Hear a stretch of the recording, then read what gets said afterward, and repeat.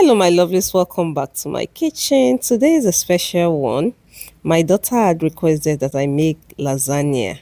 This is my very first attempt at making lasagna. She had gone to a friend's house, ate lasagna there, and ever since then, she's been asking, Mommy, can you make lasagna? So let's get started. I started my cooking preparation by slicing all my vegetables. Already sliced in that bowl is my celery. I usually have leftover vegetables sometimes in my freezer, so that celery happened to be one of them. So it's frozen. I just brought it out of the freezer and I went ahead to dice the remaining vegetables. While I'm doing all the dicing, let me use this opportunity to welcome all my existing and new subscribers. Thank you so much for your amazing support. Really appreciate you. I hope you stay tuned and enjoy this recipe with me. Like I said earlier, this is my very first time of making lasagna. And if you know me, I have to make this my own. So if you think it has to be made a particular way, I'm sorry, I would disappoint you. Okay. So here is my mince meat, which I did mince myself. Added a bit of oil to the pan and I placed my mince meat in that pan. I've been told to leave it alone and let the meat just sear. So I came in with some salt, bay leaf, and just allowed the meat to have develop some flavor. Next, I came in with some tomato puree. I don't like food that are very tomatoey, so I used a little bit of tomato paste. And then I came in with more seasoning, oregano, white pepper, garlic powder, onion powder. Do not worry, I am going to list everything for you in the description box. So what I did was to allow the tomato paste to fry a little bit to remove the sourness from it, because I don't like thin tomato. That is just me, but if you like it, you can. Next, I came in with my diced vegetables. I added them in and I began to saute them. And you're going to saute that together with the meat for further development of flavor. And then I came in with more seasoning. Guys, I added Suya spice in this thing and it's made a lot of difference. We really enjoy this. I came in with my chili, diced chili as well, because this girl loves her chili. So if you don't like chilies, you can skip that. Next, I came in with my canned tomatoes. Again, I find diced tomato too sour, so I went for my plum. So I came in with two cans of plum tomatoes and I mashed down the tomato like so, added some water and allowed it to simmer on medium to low heat. So after cooking this a while, I gave it a taste and I decided to come in with more seasoning and spices. Do not worry, I will list the ingredient that I used in the description box so you can adjust this to suit your own taste as well. So I left this to cook for about 30 minutes. Yes, I'm supposed to cook it for more than that, going by all the videos that I watch, but I just do not have that time. So after cooking for about 30 minutes, stirring at interval, I see that it's nice and tasty. I came in with my spring onion and set my meat sauce on the side. Next, we're going to be making the white sauce because we're not buying any store-bought nonsense.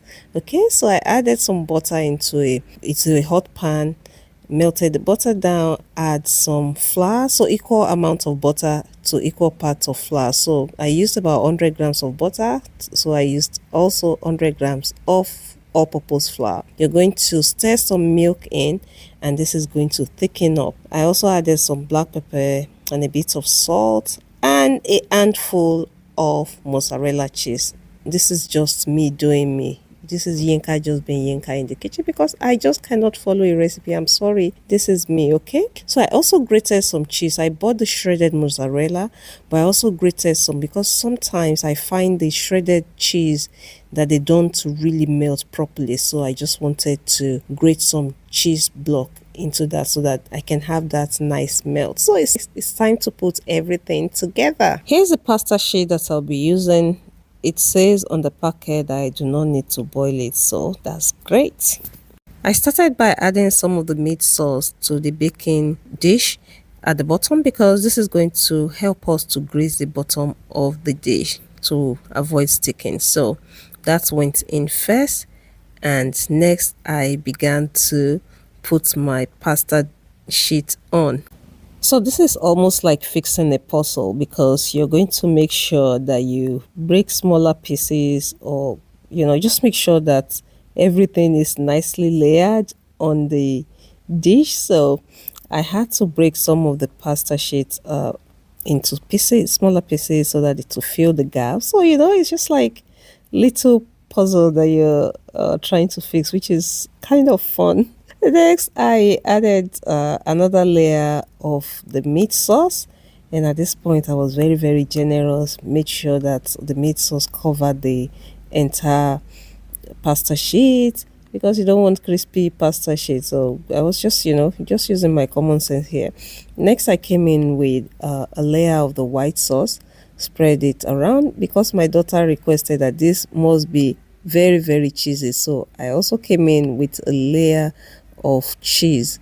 So I guess you don't have to do that if you don't want it as gooey as my daughter wanted it, but because we wanted it really, really gooey, so I was coming in with the extra cheese on top of the white sauce. I guess the white sauce alone is enough if you're not looking for that gooey lasagna. So you're just going to keep repeating this process: pasta sheet, the meat sauce, the white sauce, and then until you used up all your meat sauce. If you're still watching this video, let me say big thank you to you. Really, really appreciate your patience. Please do not forget to hit the like button. Let me know what you think also in the comment section. The list of ingredients is going to be in the description box. Peradventure you want to try this as well. I must actually say that I really enjoyed making this recipe because it's something new, it's something fun, and I just really enjoyed putting it together. Not to talk about the taste and the gooiness. Oh my god, it was just so delicious and comforting. At this point, I had done 2 layers, and this is my third one and the last one. So I went ahead to repeat the same process, then came in with the remaining meat sauce. I don't have as much as I loaded into the last 2 layers, but it is nice, and it's just enough for the top layer, and this is it. So I came in with some white sauce just as per usual, and then I am going to be loading this up with more cheese at this point because we want this cheesy. So I added more cheese at the top than I did in the middle, and let's just take a moment to appreciate this beauty. It is now ready to go in the oven, but before I do that, I covered it with sheet of tin foil just to make sure that the steam stays in and the pasta is cooked nice and soft.